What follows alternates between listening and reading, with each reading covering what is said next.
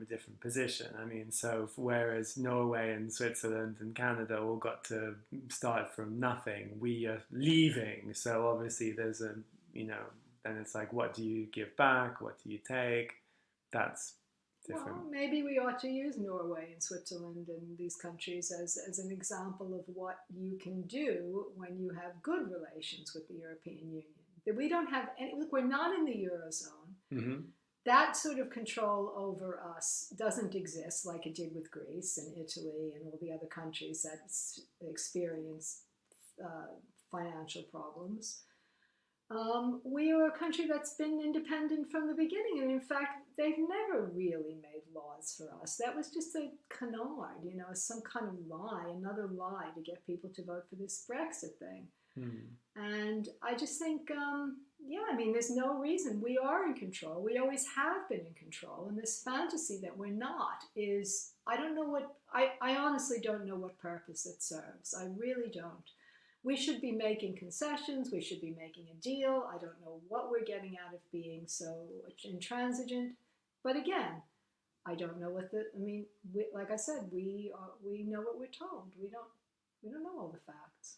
Do you think that Britain will be much better off once it's left the European Union?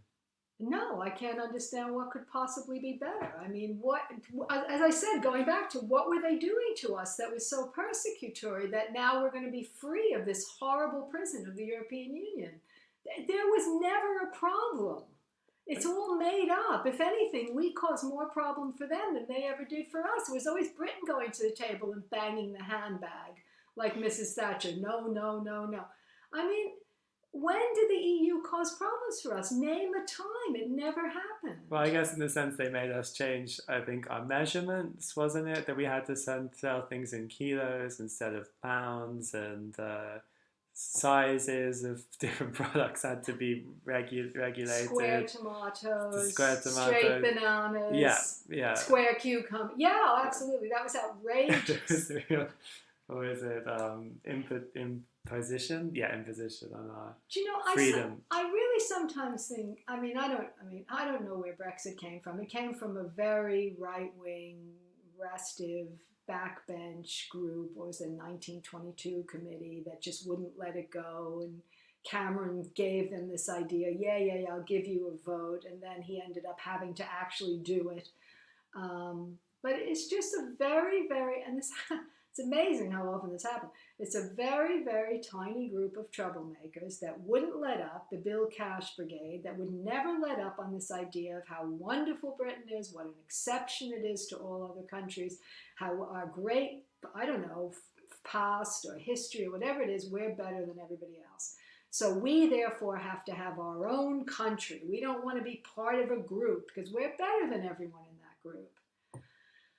And then somehow, through a series of, hilarious errors, we ended up here. And I don't think anybody really wanted it. And then what happened was it became, first of all, something we could talk about for 4 years throughout governments that were never going to be offering us anything to solve the problems that we actually had since 2008. I mean, it's amazing how governments like this, the United States, Trump, I mean, they could talk about Trump and Putin for 4 years in order to avoid talking about any real policies.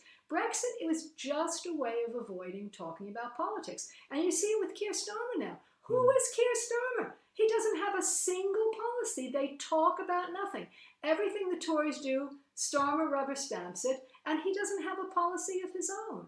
Yeah, well, I mean, as you very cleverly said in one of our previous podcasts, none of the candidates in any political party represent anything different from keeping the status quo. Yeah. So in a sense, whomever you vote for, you're continuing with the same kind of line. And as you also very cleverly said, if it's not, for example, anti-Semitism, the issue they're talking about, or Trump or whatever, the next thing isn't going to be empowering the working class or talking about poverty. It's going to be some other absurd, sensational point that has no real meaning. What about what's Biden talking about today? The massive cyber attack that somehow supposedly happened in Russia, or this Navalny getting his underpants poisoned. I mean, none of this is real. I mean, now Biden is just standing there grandstanding saying Trump didn't take the cyber attack. He doesn't take Russia seriously. That's setting the agenda for the next 4 years. We're going to talk about Russia for 4 more years. And Navalny, the whole thing is ridiculous. This is all propaganda to keep our eyes off the ball, which is that I heard recently Jeff Bezos made enough money during the pandemic to pay $105,000 to every Amazon worker and still be as wealthy as he was before the pandemic has started. Wow. That's the situation we're in now. This is what we're not supposed to see. We're supposed to talk about Brexit, meaningless, just more trouble. We're supposed to talk about Russia, totally fabricated, anti-Semitism, okay, exists all the time, everywhere, but now suddenly it's this kind of weaponized thing against anyone who wants to talk about policy. I mean, there's going to be some obfuscation everywhere until there's a revolution, until people are out in the streets tearing it down. There is nothing that's going to move them. Yeah, I definitely agree with that. I'll ask you a couple more questions. Firstly, what do you think the future of the coronavirus will be? So how much longer will we have to deal with it? Will the vaccine be successful? Is there going to be a point in time at which we'll say, that's it now for the coronavirus? Now we can actually get back to our lives as they were before? Well, the pattern with big problems is usually that they're never solved. They just quietly disappear.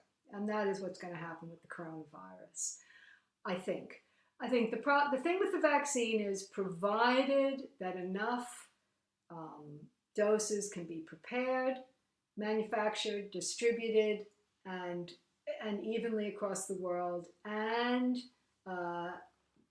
it will create whatever level of herd immunity we need, depending on how many mutations start to develop. Because now they're saying, before this mutation, we needed 67% immunity. Now we've got this, we need 80. And there's another thing I heard, which is also interesting, which is that, what we call the common cold is actually 4 different coronaviruses.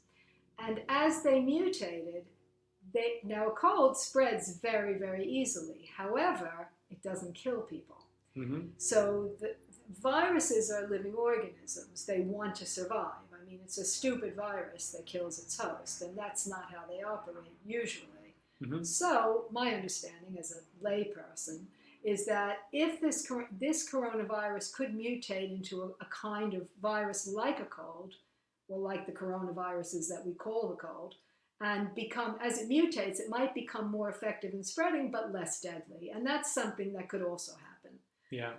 Because like I said, the virus is ahead of us. We are not ahead of it. And it doesn't matter if you're in New Zealand or Australia or Sweden or Germany or France, all these countries. I mean, okay, we have a particularly kind of incompetent, silly government, but every government is struggling to deal with this. And the way in which the society is structured in terms of how neoliberal it is, to me, is the difference between how successful we are in combating the virus and, but not because we understand the virus any differently. If you look at a country like the United States, as you say, the healthcare system is so poor, the social support system is so poor. It's the same reason. I mean, people who are in the Black minority communities are not more susceptible to the virus. They're mm-hmm. just less well served by the social services, by the structure. Absolutely. And that's why. And so the less a country is able to kind of provide social welfare for its citizens, the more likely the virus is going to get out of control. That's what it is. It's not political genius, I think. It's political structure. Yeah, I go with that. And lastly, no reason why we can't. As Christmas is sometimes a positive time of year, I have no reason why. I don't know why it is, but I was going to ask you anyway. Can you think of anything we have to be positive about? Do you have a positive Christmas message to give to our listeners? Well, I think Christmas, first of all, is a positive time because it's a light in the middle of winter. Yes.